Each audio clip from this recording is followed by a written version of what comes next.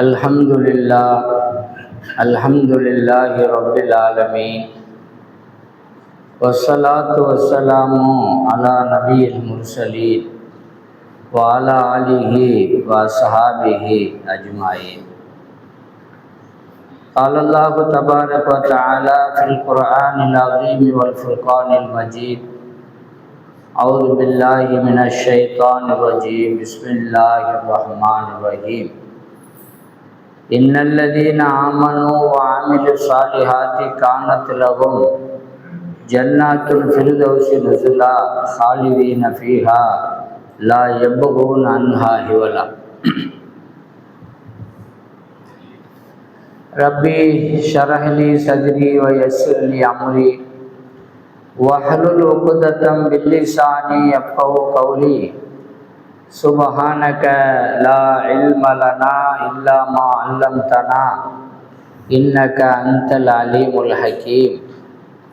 अल्लाहुम्मा सल्लि अला मुहम्मदिन व अला आलि मुहम्मदिन व बारिक व सल्लिम अलैहि। அளவற்ற அருளாளனும் நிகரற்ற அன்புடையவனுமாகிய எல்லாம் வல்ல அல்லாஹுவின் திருப்பெயரால் என்னுடைய வார்த்தைகளை துவங்குகிறேன். சாந்தியும் சமாதானமும் நமது நாயகம் ஈருலகத் தலைவர் எம்பெருமானார் முஹம்மது முஸ்தபா ரசூலே கரீம் ஸல்லல்லாஹு அலைஹி வஸல்லம் அவருடைய தோழர்கள், குடும்பத்தார்கள், உற்றார் உறவினர்கள், தாபீன்கள், தாபீன்கள், நல்லவர்கள், நாதாக்கள், குறிப்பாக இங்கு ஒன்று கூடியிருக்கக்கூடிய நம் அனைவர்கள் மீதிலும் அல்லாஹுடைய அன்பும் அருளும் பாக்கியமும் பரக்கத்தும் பாதுகாப்பும் என்றென்றும் நின்று நிலவட்டுமாக. கண்ணியம் நிறைந்த அன்பான அல்லாஹ்வின் நல்லடியார்களே, புனிதமான ரமலான் நம்மை அடைந்து முதல் 10 என்று சொன்னோம், இரண்டாவது 10 என்று சொன்னோம், மூன்றாவது 10ஐயும் பெரும்பாலும் கடந்த நிலையில நாம் அமர்ந்திருக்கிறோம்.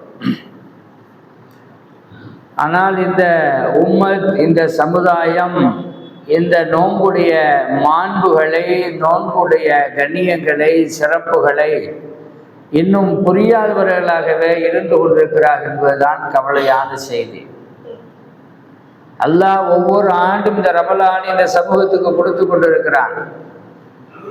ஏன் ஒரே ஒரு ரமலானை கொடுத்தால் போதும்? இல்லை, ரமலானை ஒவ்வொரு ஆண்டும் கொடுத்து அவருடைய நன்மைகளை அடைந்து கொள்ள வேண்டும், இறைவனிடத்திலே ரஹ்மத்தை கேட்க வேண்டும், மன்னிப்பை கேட்க வேண்டும், அதுபோல நரக விடுதலையை கேட்க வேண்டும் என்று அல்லாஹ் இந்த 30 நாட்களையும் ஒவ்வொரு சிறப்பாக வைத்து அதை பிரித்து அல்லாஹ் தஆலா நமக்கு தந்திருக்கிறான். அல்லாஹ் நினைத்திருந்தான் என்று சொன்னால் கட்டளையாக சொல்லியிருக்கலாம். சூமோ, நீங்கள் நோன்பு வையுங்கள் என்று சொன்னால் நாம் நோன்பு வைத்து விட வேண்டியதுதான் நம்முடைய வேலை.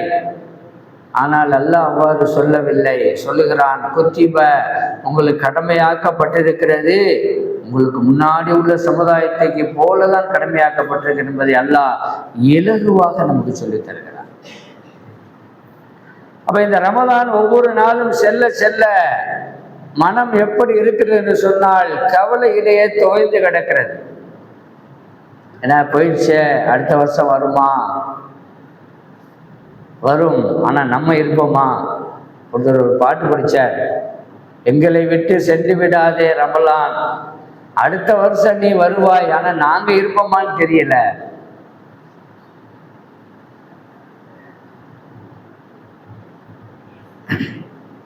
ஏனென்று சொன்னால் அல்லாஹ் அவ்வளவு சிறப்புகளை இந்த ரமலானில் வைத்திருக்கிறான்.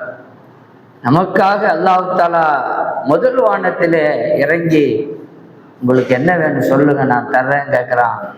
ஆனால் இன்னும் சமுதாயம் விழிப்புணர்வு இல்லாமலேயே நோன்பு வைக்காதவர்களாக இருக்கிறார்கள், தொழாதவர்களாக இருக்கிறார்கள், குடிகளாகவே இருந்து கொண்டிருக்கிறார்கள்.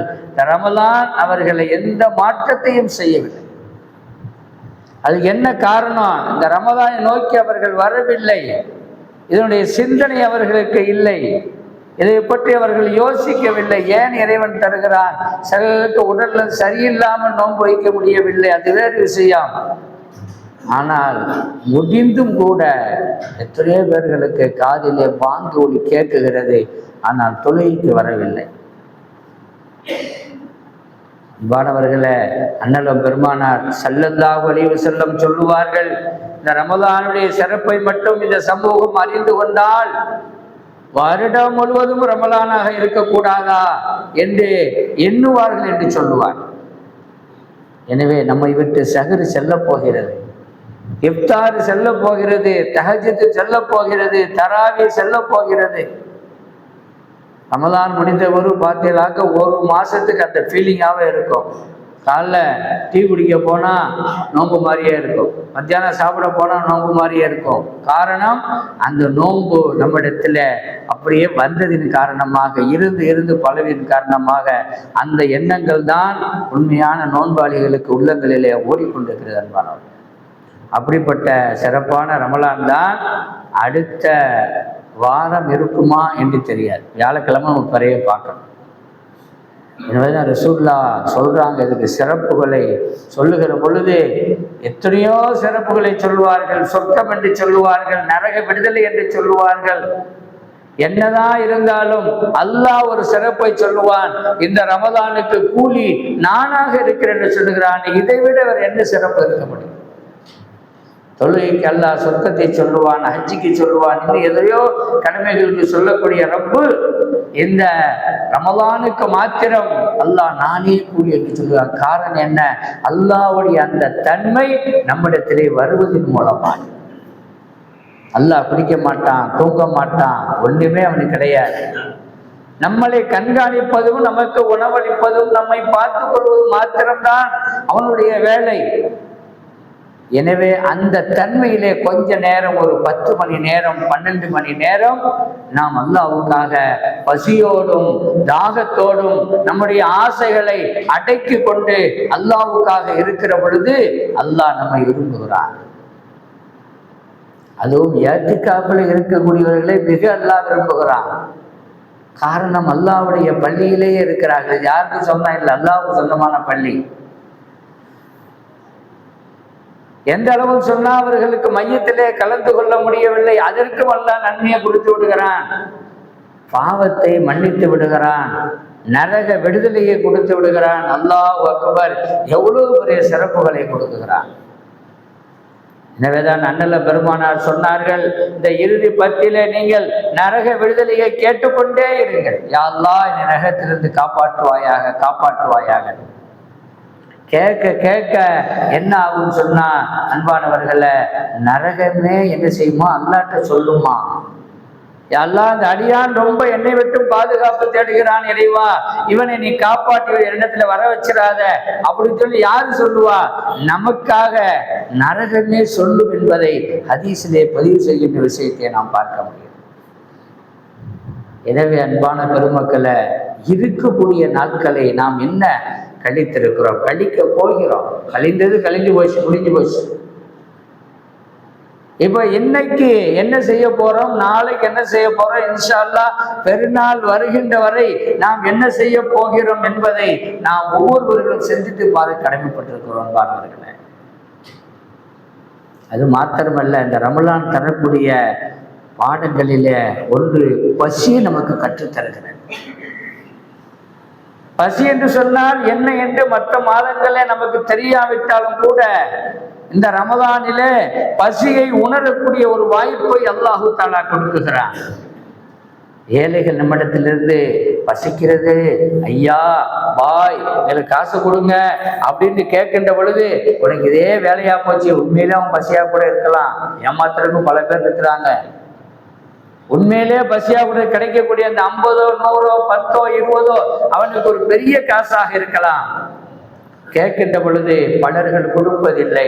உனக்கு கை இருக்குல்ல, கால் இருக்குல்ல, நீ உழைச்சி சம்பாதிக்க வேண்டியதானே, ஏன் பிச்சை எடுத்து கிடக்குற அப்படின்னு சொல்ற அந்த பசி உணர்வது கிடையாது. ஆனால் நமக்கு பசி ஏற்படுகின்ற பொழுதுதான், ஆகா இப்படித்தான் பசி இருக்குமோ என்று எண்ணி பார்க்கக்கூடிய ஒரு சூழ்நிலையை இந்த ரமலான் மனிதனுக்கு ஏற்படுத்துகிறது. அந்த வயிறு அப்படியே பிடிச்சி இழுக்கும் போது அப்படியே சுண்டும் பொழுது தெரியும், ஆகா அன்னைக்கு கேட்டான ஒருத்தன் பசிக்குதுட்டு, இப்பதான் அதோட அருமை தெரியுது. எனவே தான் அல்லாஹ் ஏழைகளுடைய அந்த உணர்ச்சியை, ஏழையுடைய அந்த பசியை அல்லாஹ் உணர வைக்கிறான், நமக்கு பசிக்க வைத்து. எனவேதான் மருத்துவர்கள் சொல்வார்கள், நீங்கள் உணவு உண்ணுகின்ற பொழுது பசி எடுத்து உணவு உண்ணுங்கள் என்று சொல்வாங்க. பசி எடுக்காம உணவு உண்ணுவதன் மூலமாக இறைவனுக்கு நன்றி செலுத்த முடிவதில்லை.